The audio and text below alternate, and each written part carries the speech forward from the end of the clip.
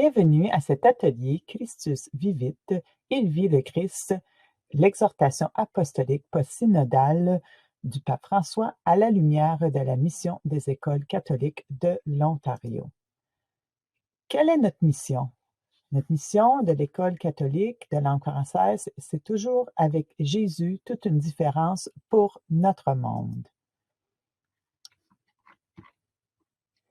Cette exhortation est le fruit des recommandations offertes lors du synode avec des jeunes des 4 coins du monde. Ce document, un appel à l'action pour les jeunes, pose la question suivante: comment l'Église peut-elle encore toucher la jeunesse d'aujourd'hui?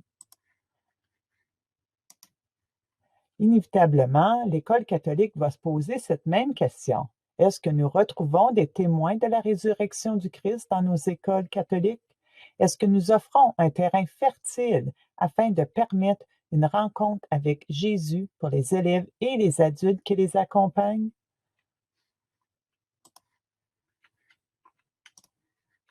Au cours de cet atelier, l'abbé Jean-François Morin fera une synthèse de chacun des chapitres du document en question. Parallèlement, je vous présenterai des liens avec des documents d'appui pour nos conseils catholiques. On vous présentera une activité aussi des jeunes du CECCE qui témoignent de ce qui se passe concrètement dans nos écoles. De plus, certains auront quelques recommandations afin de cheminer davantage avec le Christ vivant. La parole est à toi, abbé Jean-François.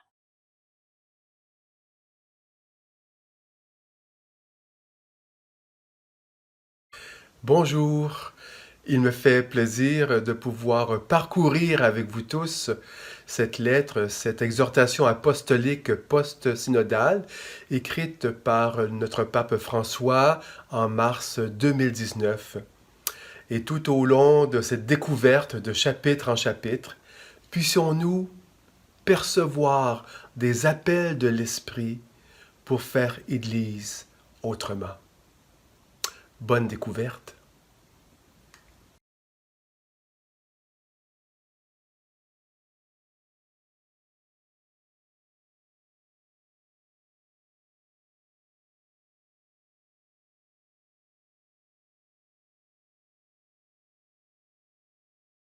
De cette lettre du pape s'intitule « Que dit la parole de Dieu aux jeunes ?»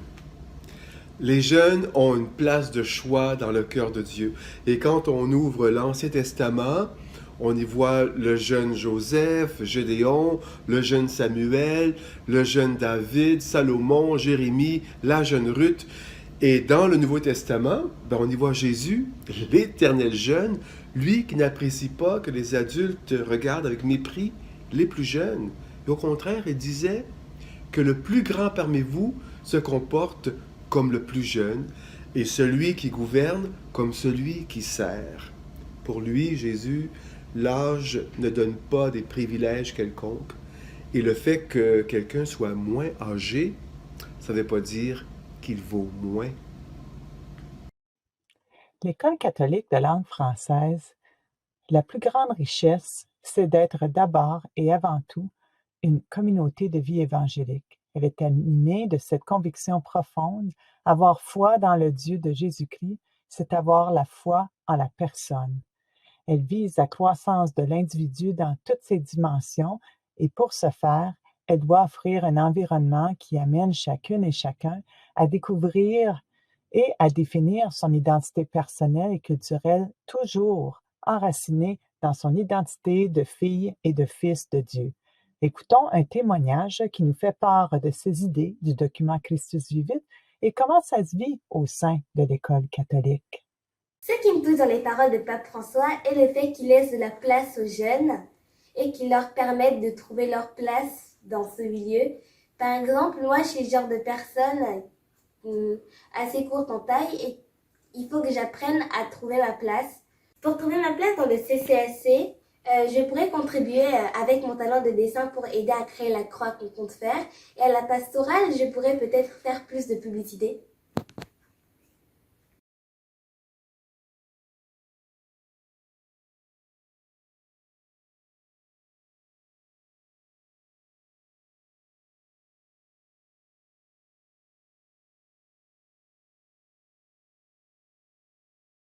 Le chapitre 2, Jésus toujours jeune. On oublie parfois que Jésus a été un jeune, un ado avec, comme tant d'autres, avec le goût de s'engager et qui avait des projets aussi. Le pape rappelle que l'Église, qui trouve sa force dans la Bible, doit garder son cœur jeune, ouvert au dialogue et surtout oser prendre des risques et trouver des mots nouveaux pour annoncer la bonne nouvelle aux jeunes d'aujourd'hui. Avec la jeune Marie, celle qui a fait confiance à Dieu parce qu'elle était porteuse d'une promesse de vie, n'oublions pas tous ces jeunes saints et saintes que sont Saint Sébastien, François d'Assise, Jeanne d'Arc, Cathérie, Dominique Savio, Sainte Thérèse de l'Enfant Jésus et tant d'autres. L'école catholique se veut un lieu qui rassemble des élèves et des membres du personnel qui contribuent, qui collaborent entre eux et qui se soucient de leur bien-être personnel et celui des autres. Alors, elle doit offrir, entre autres, des activités qui mettent en valeur le développement de l'engagement et la responsabilisation personnelle au service des autres, afin d'être une source de joie pour soi, mais surtout pour l'autre. Enfin, l'école catholique puise un sens à la vie qui est fondé sur les enseignements de l'Évangile et de l'Église. Écoutons maintenant des élèves du cheminement Génération passionnée, issu d'un partenariat entre l'Archidiocèse d'Ottawa-Cornwall et le CECCE. Génération passionnée est un parcours systémique de la 7e année à la 12e année. Ici, les élèves témoignent d'une activité de bienveillance vécue au temps de l'Avent envers les sans-abri du centre-ville d'Ottawa. Précédant l'activité, ils ont reçu des enseignements évangéliques afin de vivre cette mission à la manière de Jésus. Vous entendrez des témoignages avant le départ et au retour de l'activité.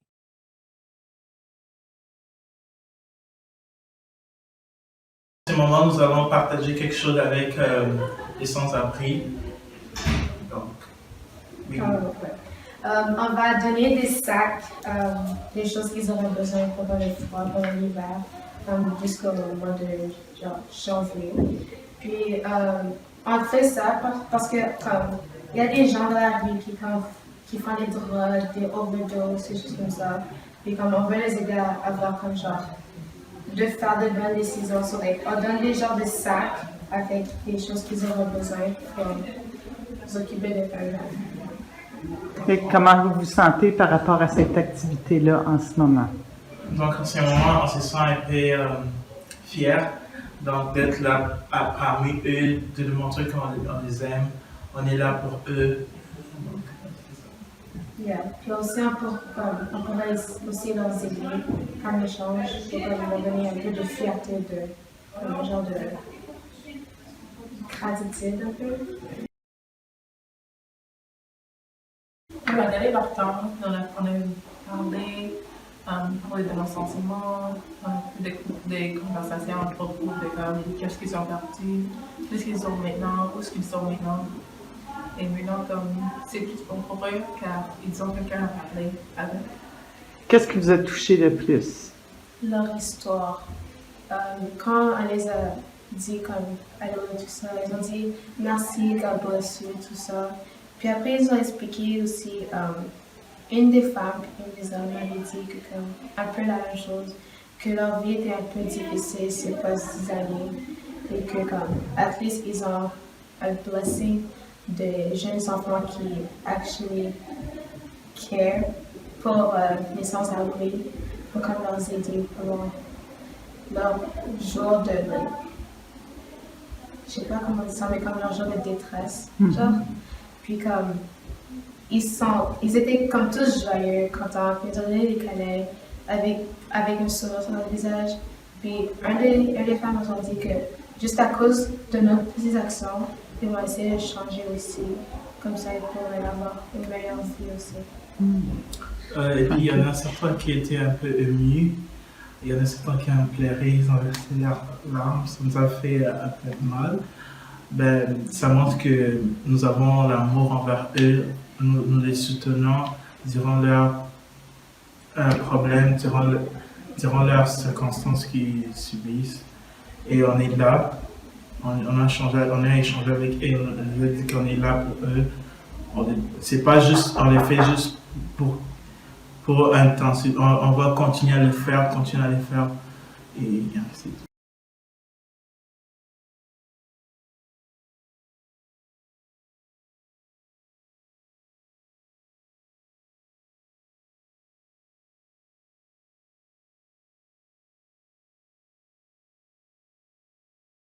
Chapitre 3. Vous êtes l'aujourd'hui de Dieu. Quel beau titre. Les jeunes ne sont pas l'avenir de l'Église. Les jeunes sont l'aujourd'hui de Dieu. L'aujourd'hui de l'Église. Le pape insiste à dire que vous, les jeunes, vous avez quelque chose d'unique à apporter à l'Église et au monde aussi. Et trop souvent, les jeunes sont exploités de mille façons, endoctrinés, utilisés pour des fins politiques. On oublie que chaque étape de la vie est un don. Et la jeunesse a quelque chose à dire, quelque chose de Dieu. Le jeune Carlo Acutis, que le pape donne un exemple, lui qui a été capable d'utiliser les nouvelles techniques de communication pour transmettre l'Évangile, disait « Tous les hommes et toutes les femmes naissent comme des originaux, mais beaucoup meurent comme des photocopies. » La jeunesse est un temps de dons généreux, d'offrandes sincères. Oui, les jeunes sont l'aujourd'hui de Dieu. Afin de mettre en action sa mission, l'École catholique doit créer un climat relationnel axé sur l'équité et l'inclusion. Les adultes accompagnateurs et le personnel de l'école doivent faire preuve d'écoute active où l'élève peut ressentir la solitude, la compassion et l'empathie. L'Assemblée des évêques de l'Ontario porte ce même message du pape François aux élèves. Lui vous connaît parfaitement et vous aime sans limite, malgré ce que ceux-ci, les jeunes, peuvent entendre de leur environnement. C'est cet amour qui, comme le grain de blé, pourra éclater. Écoutons Karen qui nous partage un témoignage sur la richesse du document Christus Vivit en lien avec ce chapitre et de la découverte du Christ dans sa vie personnelle et à l'école. Elle nous propose des pistes pour aller plus loin afin de vivre davantage le message du pape. Alors, une des citations qui m'a le plus touchée, je dirais, c'est que on nous a dit ici que la jeunesse a quelque chose à dire, quelque chose de Dieu.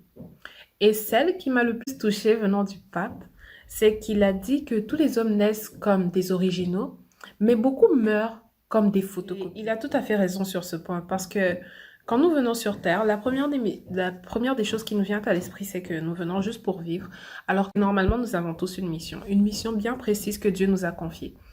Et je suis profondément touchée que le pape ait pu remarquer que nous, génération d'aujourd'hui, donc les jeunes, avons quelque chose à dire sur cela. Et je dirais vraiment que le pape a su comprendre que nous, les jeunes, avons la voix. Nous, les jeunes, pouvons dire quelque chose qui vient vraiment de Dieu. Au niveau scolaire, il est vrai que nous faisons des activités afin de nous impliquer plus dans notre vie chrétienne et de vivre le message que le Saint-Père nous a envoyé de faire dans cette vie. Mais est-ce que nous nous demandons sur cet aspect-là aussi si nous aidons les autres jeunes à faire de même que nous, donc à être collaborés ou à vivre de cette manière que nous vivons notre foi? Je dirais ici que c'est quelque chose que l'on oublie vraiment, parce que ce n'est pas tous les jeunes qui ont la possibilité de faire comme nous ou de vivre des activités qui feront en sorte qu'ils puissent démontrer leur foi ou nécessairement la montrer et la propager. Donc, quelque chose que je voulais proposer afin d'y remédier, ce serait de faire des manifestations. Donc, qu'est-ce que j'attends par là? C'est de faire des manifestations qui permettraient aux jeunes de la communauté de s'impliquer comme nous. Donc, de faire une marche ensemble, comme les activités de pèlerinage, par exemple, comme le chemin de croix. Je trouve que ce sont des belles activités parce que ça permettrait aux jeunes de s'impliquer un peu plus dans la communauté et aussi de voir autour de nous d'autres jeunes qui n'ont pas nécessairement la même possibilité que nous de faire la même chose que nous. Donc, de propager leur foi, de se sentir aussi touchés que nous par ce message que Dieu nous transmet.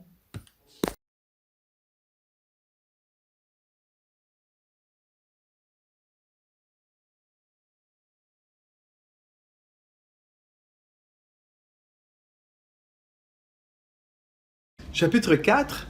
la grande annonce pour tous les jeunes. Le pape rappelle qu'il y a 3 grandes vérités. La première, Dieu est amour. Dieu n'est que amour. Dieu n'est pas un disque dur comme un ordinateur qui enregistre toutes nos données. Sa mémoire est un cœur de compassion et Dieu ne sauvegarde pas nos fautes. La deuxième vérité, c'est que Dieu te sauve, toi, de façon personnelle. Et la troisième, Jésus est vivant. C'est le titre de la lettre. Christus vivit. Il vit. Jésus n'est pas qu'un homme du passé, un beau souvenir, quelqu'un qui nous a sauvés il y a 2000 ans. Non, Dieu te sauve aujourd'hui. Il peut changer ta vie. Ouvre-lui ton cœur. Il peut t'éclairer et te donner une meilleure direction. Voilà. C'est en proposant des activités et des occasions de prière commune et personnelle, des célébrations eucharistiques et de la parole que l'on permet aux élèves et aux membres du personnel de découvrir Jésus vivant, leur sauveur, leur ami, lui qui ne les abandonnera jamais. Les expériences et les modèles culturels et religieux doivent être accessibles pour l'ensemble des élèves.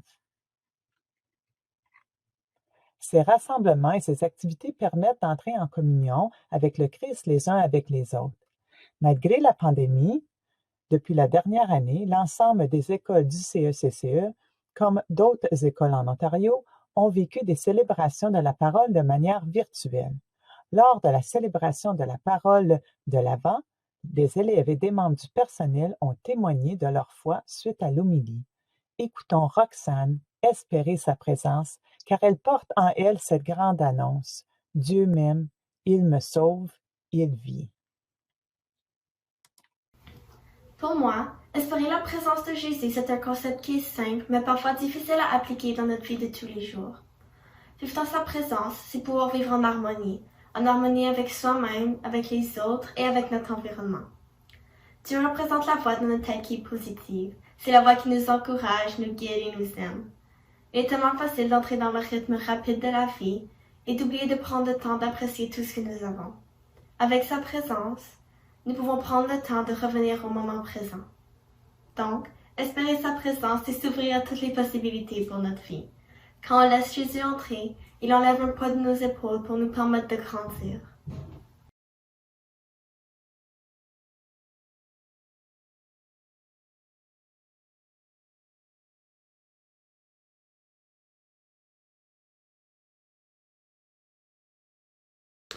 Cinquième chapitre, chemin de jeunesse. L'amour nous pousse en avant, nous dit le pape. La vie est en avant, pas derrière. Il y a des choix à faire, parfois difficiles. Il ne faut pas oublier que rien ne se fait sans effort et sans patience. Il ne faut pas avoir peur de faire des erreurs. Il faut se mouiller. Ose. Ne garde pas les mains dans tes poches. Et le pape François invite les jeunes à ne pas observer la vie depuis un balcon. Prends la route avec Jésus. Sois en ligne avec lui. Et ça, c'est tout un chemin spirituel. Engage-toi socialement. Prends contact avec les pauvres. Et tout ça demeure une occasion de découverte pour approfondir ta foi. On apprend à se connaître en s'engageant. Quand j'ai commencé mon ministère de pape, disait François, le Seigneur m'a élargi les horizons et m'a offert une nouvelle jeunesse, un nouveau chemin à parcourir. On est fait pour marcher ensemble dans la foi, pour devenir des missionnaires courageux. L'École catholique se veut de proposer à l'élève des démarches qui font appel aux dons et aux talents que Dieu lui a donnés. C'est pourquoi il est important que les adultes qui entourent ces jeunes appuient l'élève dans son développement des valeurs et des vertus chrétiennes qui pourront le soutenir dans son rôle de leader. Et ainsi, il pourra inspirer, influencer et guider sa communauté, les membres de sa paroisse et de sa communauté plus large. Écoutons le témoignage de Matteo où il nous partage son coup de cœur du document Christus Vivit et nous démontre comment il est inspiré et influencé par l'amour de Dieu. Le pape nous encourage à vivre, pas seulement par les mots, sinon avec plus grande importance par les actes. Enfin, il est facile et même répétitif de dire le message de Dieu. Mais le pape nous encourage à démontrer cet amour envers Dieu en aidant les autres personnes. Après tout, les mots sont apportés par le vent, mais les actes sont gravés sur les roches. Ces actes communautaires ont pris place à mon école, où on sauve l'aide tous en les autres, même si on n'est pas les meilleurs des amis. Moi, j'aimerais bien voir une école qui démontre davantage son esprit, ses émotions, et juste plus involucrée émotionnellement dans la vie de ses membres et de ses étudiants. Juste mettre un peu plus de sentiments.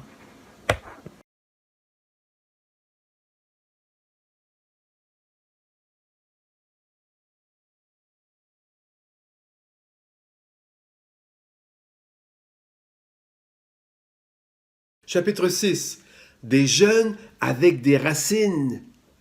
On a besoin d'avoir des racines. Il ne faut pas oublier ceux et celles qui ont vécu avant nous. Leur expérience nous donne des ailes. Si les jeunes et les anciens s'ouvrent à l'esprit, nous dit le pape, ils forment une association merveilleuse. Ta relation avec les personnes âgées est fondamentale, nous dit le pape, puisqu'elle aide les jeunes à découvrir la richesse vivante du passé. Tout un beau programme, hein, pour des générations passionnées. Les adultes accompagnateurs en éducation sont appelés à fournir la bonne terre où la foi de nos élèves pourra plonger ses racines et de ce fait même créer un sentiment d'appartenance. C'est ainsi que l'on crée un milieu de vie bienveillant fondé sur la foi et l'identité catholique.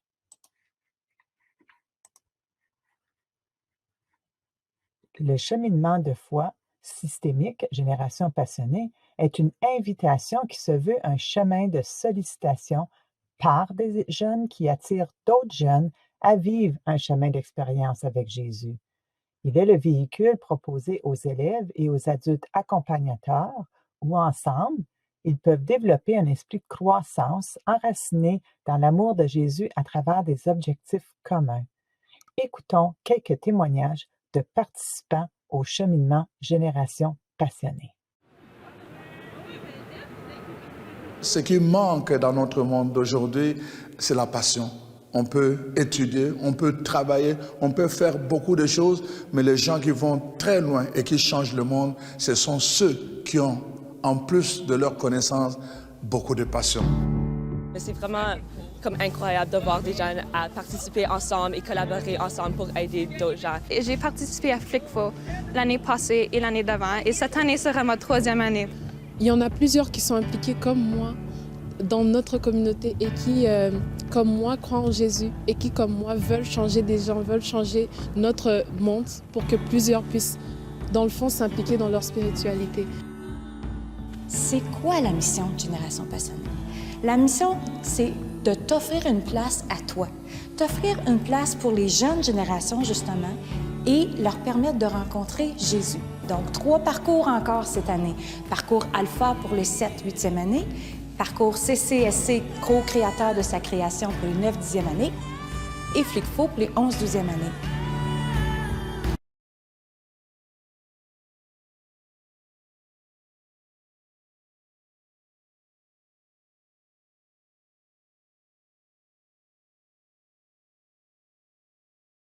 Le 7e chapitre, la pastorale des jeunes.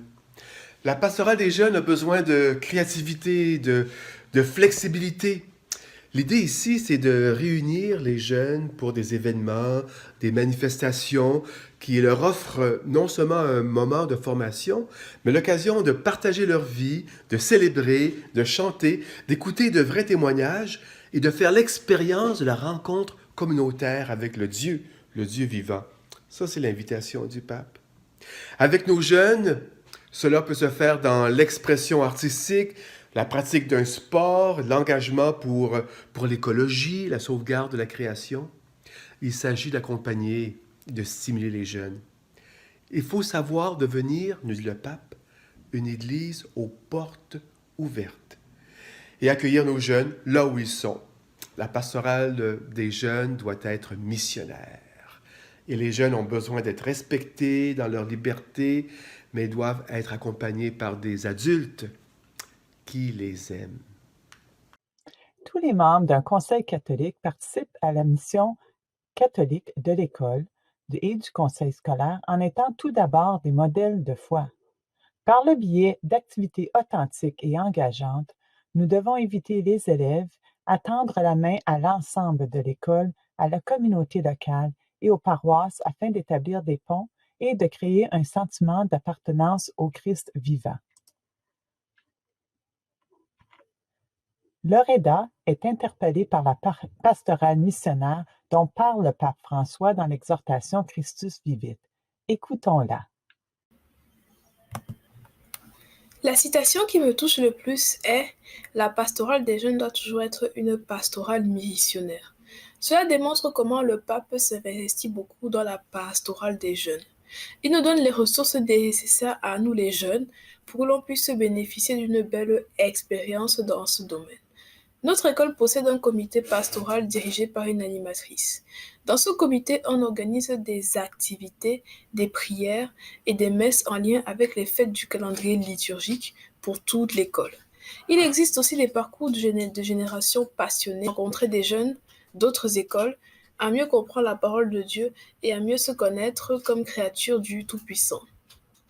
Pour aller plus loin, je proposerais qu'il faudrait sensibiliser les jeunes de notre école à participer à nos clubs en invitant des invités importants comme l'évêque ou l'archevêque d'Ottawa.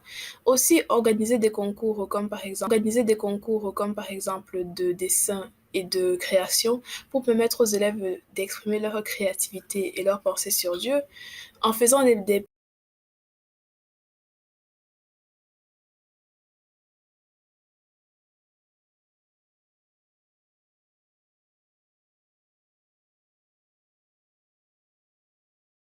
Le chapitre 8, la vocation.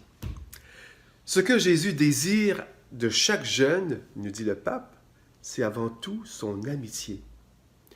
Les jeunes sont tous appelés par Dieu. Puis, il est nécessaire de développer, de faire pousser et grandir ce que l'on est. Ne vous laissez pas voler l'amour pour de vrai, nous rappelle le pape. Dieu t'appelle à faire une différence dans notre monde. Il est vrai que tu ne peux pas vivre sans travailler et que parfois tu dois accepter ce que tu trouves comme travail, mais ne renonce jamais à tes rêves et n'enterre jamais définitivement une vocation. Ne te donne jamais pour vaincu, nous rappelle le pape. Les élèves et les membres du personnel sont appelés par leur créateur et l'enseignement social de l'Église comme baptisés et comme citoyens à s'acquitter de leurs responsabilités, entre autres sur le plan écologique. Ensemble, nous devons respecter l'environnement et agir comme co-créateurs dans l'utilisation des ressources de la Terre, conscients de cette mission et de cette vocation. Écoutons un témoignage. Alors, la citation qui m'a touchée du Père François, c'est ne jamais renoncer à tes rêves, ne jamais enterrer des rêves définitivement. Parce que moi, normalement, j'ai jamais eu de rêve fixe, de vocation. Et quand j'étais petite, j'ai toujours voulu voler. Et donc, je me dirais que je pourrais aussi faire ça, comme par exemple dans ma tête, écrire des choses, je sais pas. Et je pourrais aussi travailler dans un site d'avion, oui, c'est plausible. Et pour comment je pourrais me trouver une place, je pourrais le faire à l'école. Écrire des prières pour les annonces ou des versets bibliques. Oui, je peux faire ça aussi. Et à la maison, je peux écrire mes pensées, me voler dans mon esprit. Par exemple, je peux aussi devenir écrivaine si je veux. Mais bon, voilà.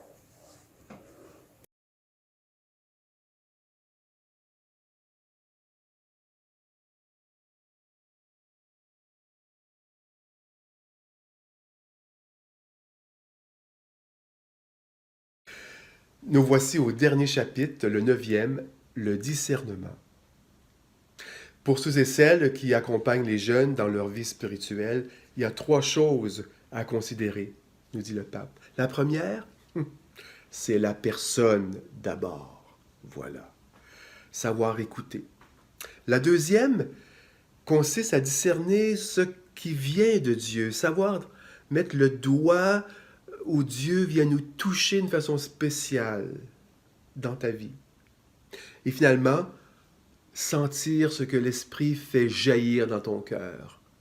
Les fruits de l'Esprit, la joie, la paix. C'est l'écoute profonde. Et le pape termine sa lettre en ces mots. « Chers jeunes, je serai heureux en vous voyant courir plus vite qu'en vous voyant lents et peureux. Courez, attirés par ce visage tant aimé que nous adorons dans la Sainte Eucharistie et que nous reconnaissons dans la chair de nos frères qui souffrent. L'Église a besoin de votre élan, de vos intuitions, de votre foi. Nous en avons besoin. Et quand vous arriverez là où nous ne sommes pas encore arrivés, ayez la patience de nous attendre. » L'école catholique peut amener les élèves à examiner leurs valeurs personnelles, leurs habiletés et leurs aspirations et à y réfléchir afin de faire des choix éclairés dans leur vie à la lumière de la parole, tout en leur proposant des activités et des témoins à la saveur d'une réalité d'aujourd'hui. Pour ce, il faut créer des espaces inclusifs et invitants qui permettent à chaque jeune qui nous sont confiés d'arriver à devenir ce que Dieu veut et espère pour eux.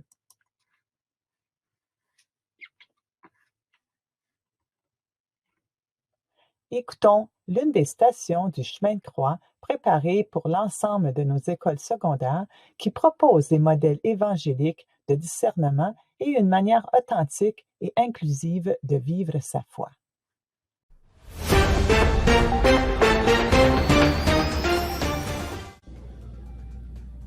Bonjour, ici Jérôme le Chasseur à Enquête. Nous suivons depuis plusieurs jours déjà ce qui arrive à Golgotha, Jérusalem. Gérard Levasseur, qu'avez-vous pour nous aujourd'hui? Suite à la rencontre avec un certain Simon venant de Cyrène, laissez-moi vous décrire la scène en vous montrant une photo prise sur le moment. On voit à l'avant-plan une femme agenouillée avec un linge qui vient tout juste d'essuyer le visage taché de sang et d'eau de Jésus. On y voit aussi un Jésus affaibli par cette épreuve et aidé par Simon sous les yeux de plusieurs personnes. Ce qui frappe dans cette photo, c'est deux choses. Le temps que prend Jésus pour remercier Véronique, la femme en question, et la compassion qui s'en dégage.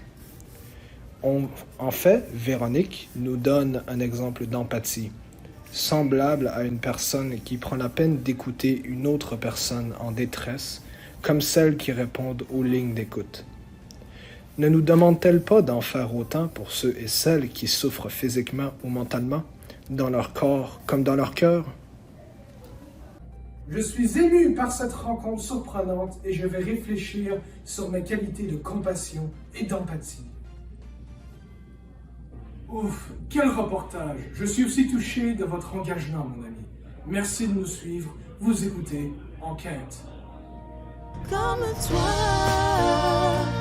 je me tiens debout avec toi, aimer jusqu'au bout.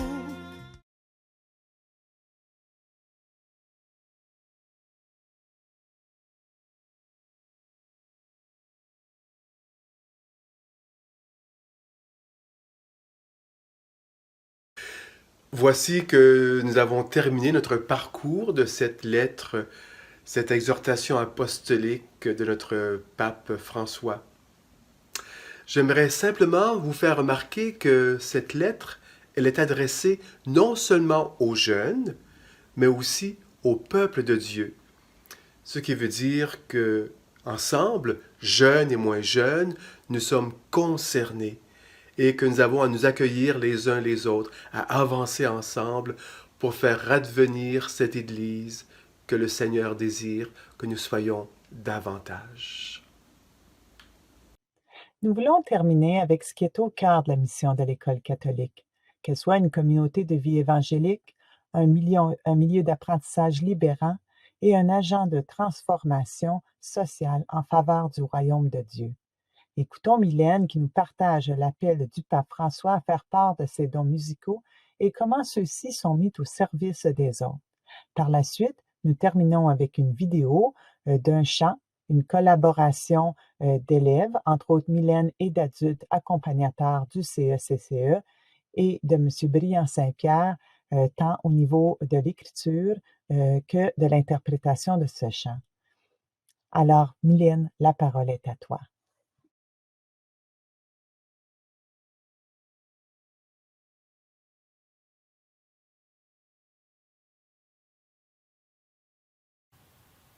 Ce qui me touche le plus dans cet extrait du pape François est le fait qu'il reconnaît l'importance de la musique comme langage universel et comme moyen de rassemblement.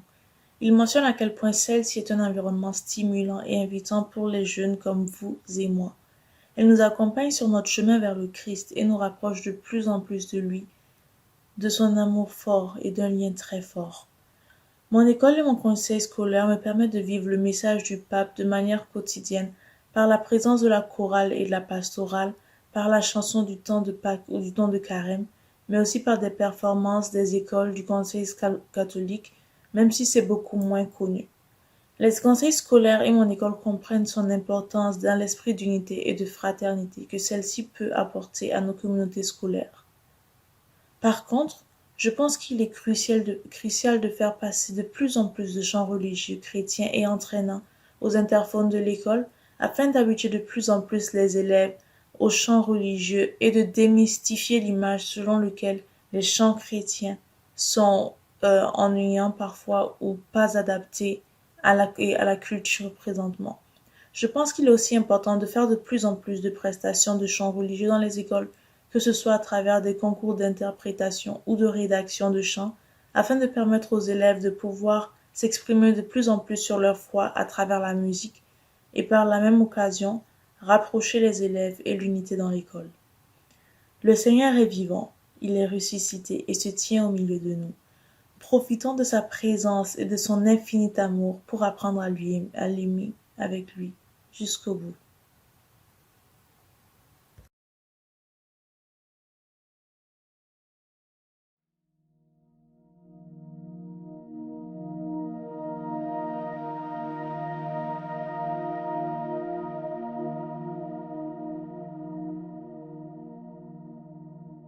Ce n'est pas toujours facile, c'est parfois un peu lourd.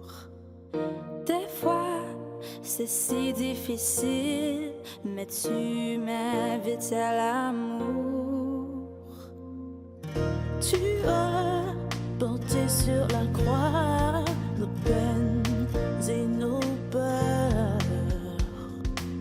Tu m'appelles à être comme toi, à aimer de tout mon cœur. Comme toi, je me tiens debout avec toi, aimer jusqu'au bout. Comme toi, je me tiens debout, aimer jusqu'au bout.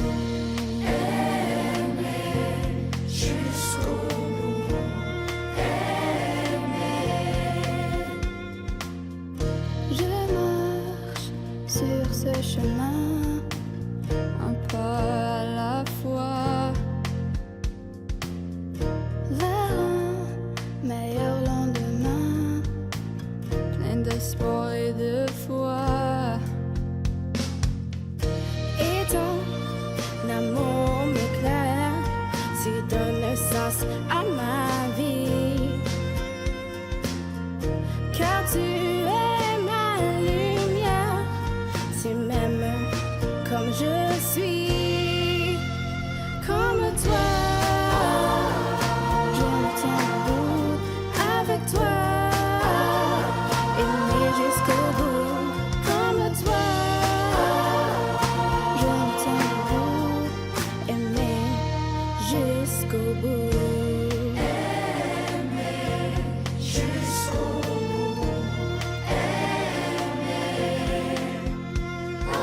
La quête s'y a enroulé, la vie a triomphé. L'amour s'est élevé pour toute l'humanité. L'amour de Dieu nous inspire, nous éclaire. Comme un rayon des lumières pour nous tous frères et sœurs. Et à chaque heure, dépousser ton cœur. Marche vers les bonnes mers, car l'amour est vainqueur. Il est temps de danser, d'aimer, glorifier. Nous sommes libérés, il est ressuscité. Je me tiens debout. T'as vraiment un cœur rempli d'amour. Il est ressuscité, ressuscité. Je me tiens debout avec toi.